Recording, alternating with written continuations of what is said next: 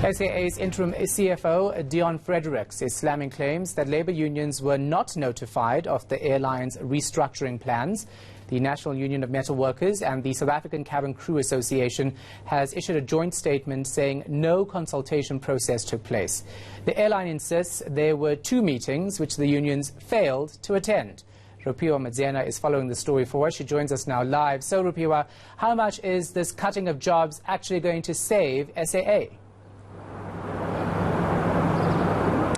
Yeah, that's right, Shahan. Just like the company's pockets, we're coming to you from the empty headquarters of SAA. So they've indicated in the presentation that they gave today that they will be able to save around 700 million rand if they are able to finalize the retrenchments of 944 employees. So that is what the CFO indicated. He also highlighted that the two biggest costs of the carrier at the moment are employees, which make up 24%, and fuel costs, which make up around 27%. So over 50% of the company's costs go to these two elements. And the company says because they cannot control the price of fuel, they're going to have to look at the restructuring, which is what they're doing now, something that they hope to finalize at the end of March next year. Yeah. So when will this process actually be done and dusted, and which divisions within SAA will see job losses?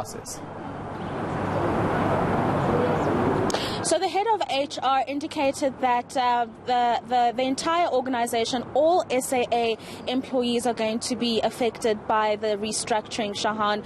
He did indicate that that means rather that it's going to be from management level all the way down to the bottom.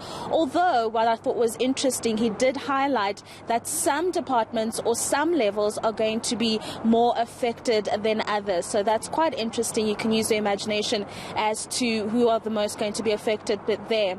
And as I said a little earlier, this is going to be done and dusted hopefully in March next year with the consultations with the CCMA.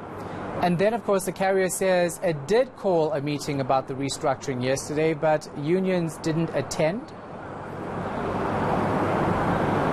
Yes, so what they say is that they issued a notice yesterday, which is a written notice, and then they made calls. And then what they did was call two meetings.